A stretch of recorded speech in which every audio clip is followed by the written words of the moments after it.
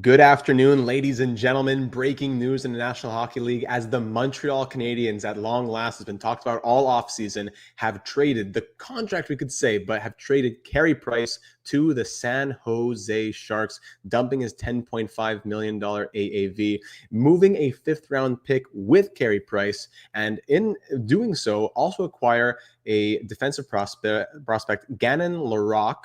I would call him Gannon Laroque, but I believe he's from Alberta, so I don't believe he's a French Canadian. So Gannon Laroque, Gannon Laroque, as they'll call him here in Montreal, acquired by the Montreal Canadiens for moving the Carey Price contract. So we'll talk about Carey Price and why the Canadiens moved the contract in a moment, but just to say that the Canadiens are dumping $10.5 million. Yes, it's only for 1 year. It's already been put into Puckpedia over here. Yes, it's only for 1 year, looking at the San Jose Sharks, where they're taking on Carey Price at $10.5 million. But at the same time, we have seen teams pay crazy premiums. All these ads coming in here. Oh my goodness.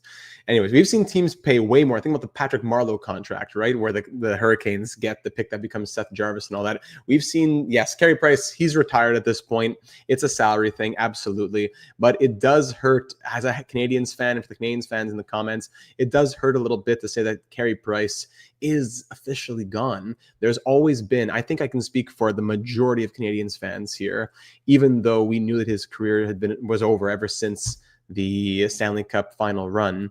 Ever since that, we knew, but at the same time, there's always some sort of hope in our mind where who knows this summer if something's going to happen with that, that 0.01% chance. Yes, I'm sure that Price will sign a one-day contract and retire as a Canadian, but it's still sad to see him go. Now, he is going, but in a deal that is very interesting, as the Canadiens not only give up a fifth-round pick, but they also take back a piece. Now, this piece is not a nobody. I wouldn't say it's the biggest prospect in the world, but Gannon Laroque from Edmonton, a former fourth-round pick who's 22 years old, and you know what, has been playing AHL and ECHL. It's not like he's already in Europe. It's not like he's never going to do anything. That being said, I'd be shocked if he gets out of Laval. But this is a guy that could play in the AHL. This guy could definitely be a piece for the Montreal Canadiens in Laval playing with the Rocket. Now, that being said, I just realized it's 23-24, not 24-25. So you know what? I'm not sure what the story with Gannon Laroque is, if it's that he's been out due to injury or what. I'd have to, like it says, instant reaction and analysis, right? So I'm not sure what the exact story on him is, but at least it's better than someone who's already in Europe and it's just literally a contract. At least I'll take someone who is showing the possibility of being an AHLer, let's say. Gannon Laroque. Injury? Was he injured? That's it? Healthiest he's been in 3 years. Here, let's look at this article over here for all you Canadiens fans out there. Let's read this. Gannon Laroque, healthiest he's been in 3 years. Okay, let's see this. Let's scroll down a little bit. 2 seasons ago, Laroque played 4 games in his final WHL season and had to rehab from 2 separate hip surgeries. That's why. There you go. In 23-24, Laroque dealt with more injuries and played only 18 games between the AHL and the ECHL. I see. Now the Sharks' 2021 fourth rounder is feeling healthier and stronger, product of the 10 pounds of muscle he gained from a full, healthy offseason of training. Even just my stride to feel a bit more confident, he says here. Mentally, that's huge too, because the game of hockey is pretty mental. Be healthy, be confident, all that good stuff. Now, that was an article from 12 months ago. I don't know why his stats are nowhere to be seen, if that was 12 months ago, or if I'm just missing something. But that was published 12 months ago. So it's not that this is going into this next season. I don't know if something held him back again in 23-24, but anyways, I'm not trying to hype up Laroque. I'm just trying to say that at least the Canadiens didn't get back literally just a contract. And even if they did literally just get back a contract, they only gave up a fifth-round pick to dump Carey Price. And Noah coming in with, hey, data just got here. Is the trade just Gannon? Thank you for the $2, my friend. Very kind. And same last name as yours, Gannon Laroque. This is Noah Laroque. Thank you very much, Noah. Appreciate the kind donation there. The trade, the official full trade, is Carey Price to the San Jose Sharks with a fifth-round pick in 2026 in exchange for Gannon Laroque. So even if he never sees ECHL time in Trois-Rivières, or even if he never sees AHL time with the Laval Rocket, I think we can still say that the Canadiens are content to dump the contract for just a fifth-round pick. So now the San Jose Sharks, looking at their cap situation, that brings them to $9.24 million. acquiring Carey Price is 10.5. I'm sure there's going to be still a lot to play around with where Price goes on LTIR. Then you have Logan Couture on LTIR and his $8 million. So the Sharks still have a lot of money that they could spend. They have no defensemen signed after this year, aside from Dmitry Orlov, who's 34. Guys in their system, I suppose. They still retain on Erik Karlsson, still retaining on Thomas Hertl. Yeah, so Sam Dickinson's going to be getting his chance soon as well, but not a lot that's committed long-term in San Jose.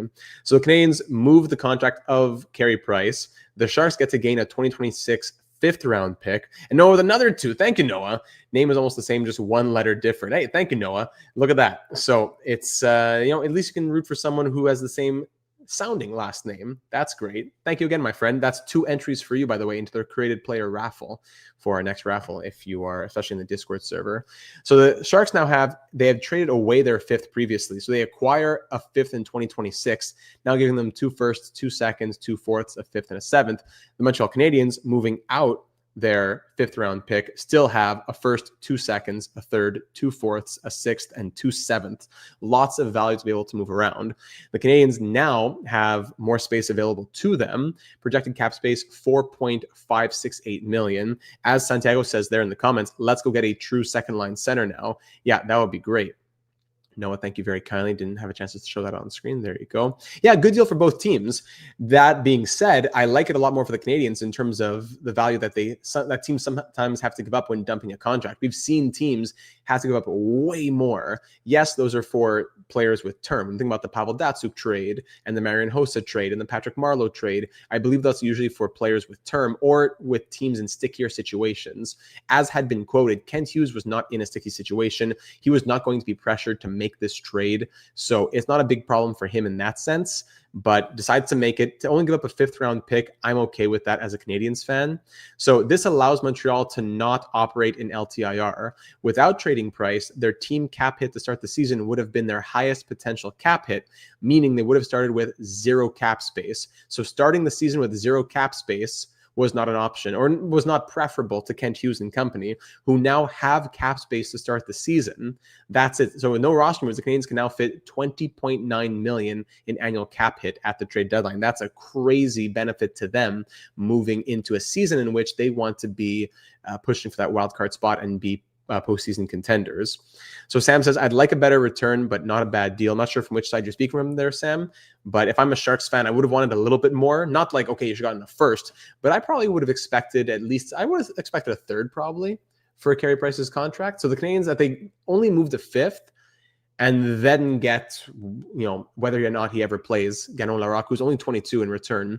I like that. No Weber Price reunion in Chicago. No, sadly not. Sadly not. From the Sharks, yes. I hear you. So Carey Price, I'm not going to go through a whole thing on Carey Price now, but man, the 5th overall pick in 2005, Carey Price, one of the greatest goalies of all time to never win a Stanley Cup. He's up there with Henrik Lundqvist and all those guys. One of the greatest to never win a cup. Roberto Luongo, if you count him, even though, as a player, I suppose. Carey Price goes out with a 361, 261, and 79 record, 49 shutouts, 2.51 goals against average, 917 save percentage. Injuries killed him, man. It's so hard to say that. He was a monster. You got to give it to him in the postseason. Like in the regular season, there were ups and downs. Look at the save percentage from 905 to 927, 933, 934, 923, then back to 900, then 918, then 909. But in the postseason, you could always count on him. Look, 920, 933, 936, 924 save percentages.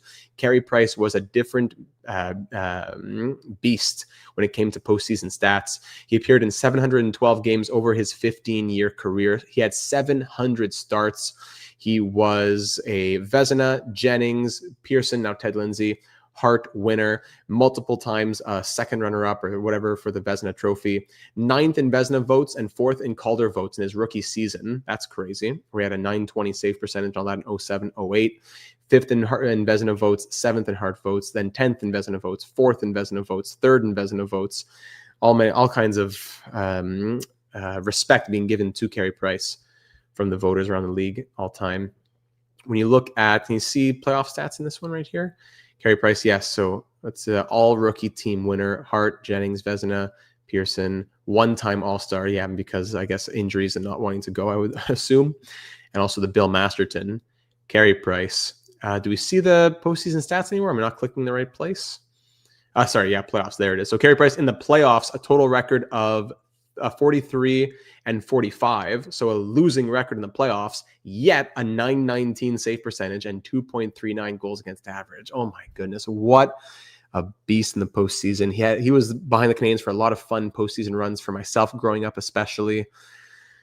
It's tough to say goodbye there. So Gannon Laroque, who the Canadiens acquire, hasn't played since 23-24, dealing with some major hip injuries, it looks like. However, that being said, he's still, he's in the system, and if he someday becomes a Laval player, then that's great. And no, another 5 from Noah. Sad day, my favorite player of all time off my team.